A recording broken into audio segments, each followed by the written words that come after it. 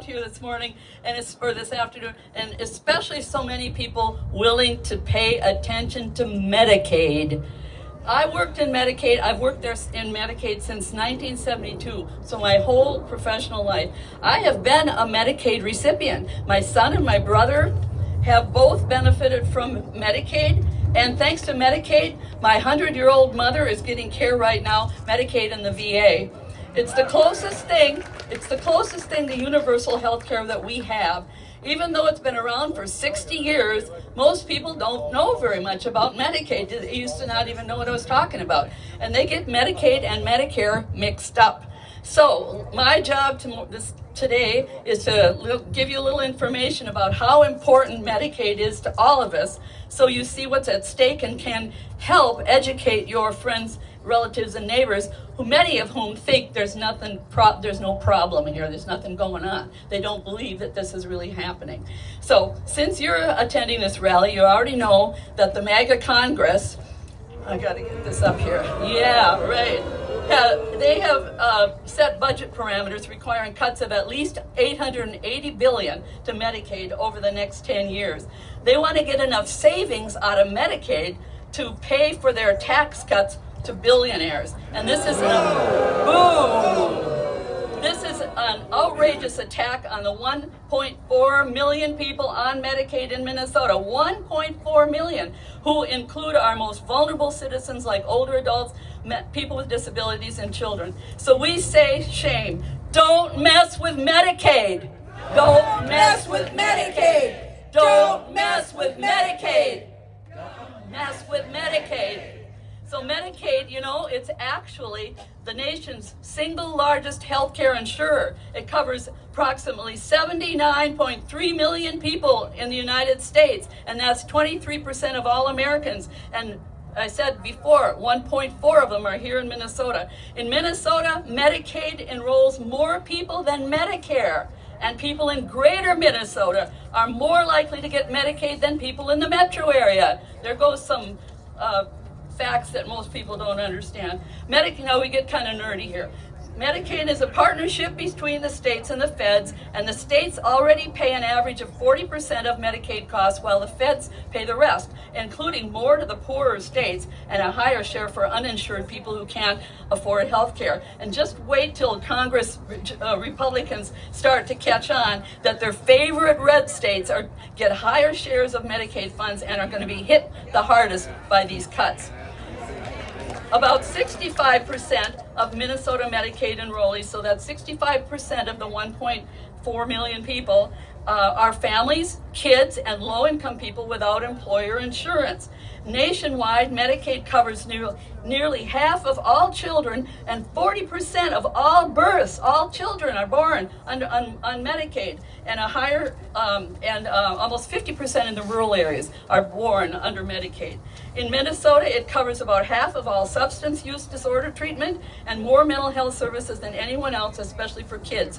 But costs for these 65% are only about 22% of Medicaid costs. The bulk of Medicaid spending, more than 60% of it, goes to services for older adults or people with disabilities, and they make up only 14% of Medicaid enrollees. So it's Medicaid, not Medicare, that you have to go to. It's the primary source of coverage for people who need nursing homes, assisted living, and in-home services, and want to stay in their own homes. And the average annual nursing home costs in Minnesota are $150,000 to $170,000 per year. So the average person cannot afford to pay there without Medicaid.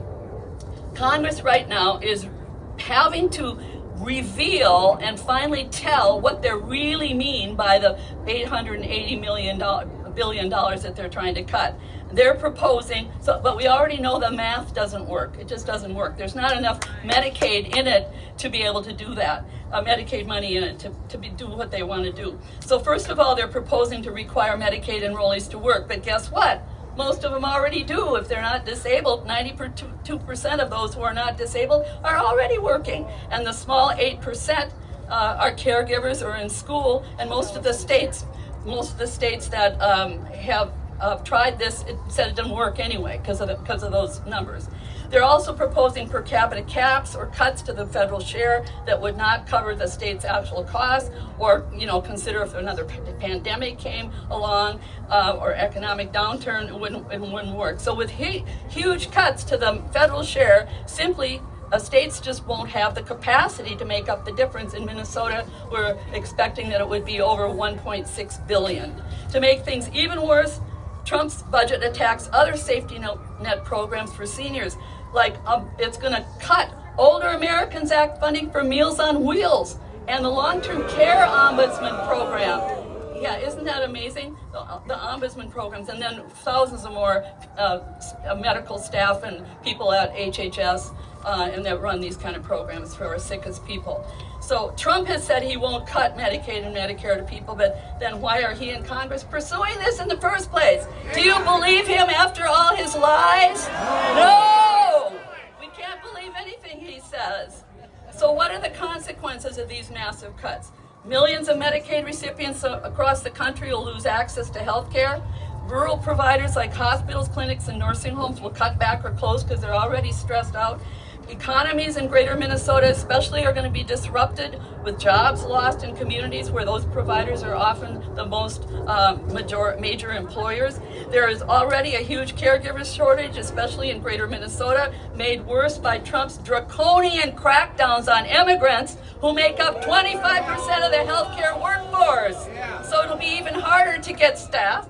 Families are already at their peak capacity of caregiving for people with disabilities and older adults. Children will lose access to health care with lifelong effects. People will suffer, and older or frail people will just plain die.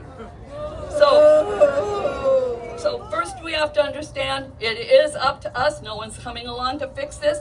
Thoughts and prayers will not empty bedpans. Listen, thoughts and prayers will not empty bedpans. Thoughts and prayers will not empty bedpans. One more. Thoughts and prayers will not empty bedpans. We are the only hope for stopping this destruction, and we must stop it for ourselves, our parents, our grandparents, and the future of our children. Now, we all thank our Medicaid, our Democratic officials for their support for Medicaid and what they've been doing. We want to support them and continue to fight this. These protests are gathering more and more people and attention. Who knew that Medicaid would be an attention getter?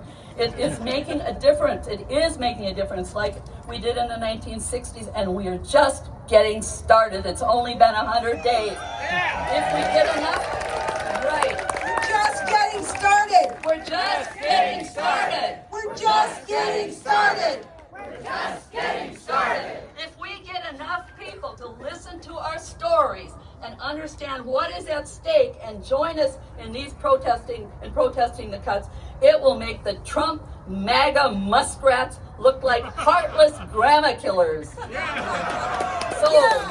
So today we are telling our stories. We're standing up. We're being heard. Let's stop the grandma killers and make this 100 days of destruction end now. Stop the destruction. Stop the destruction. Stop the destruction. Stop the destruction. Stop the destruction.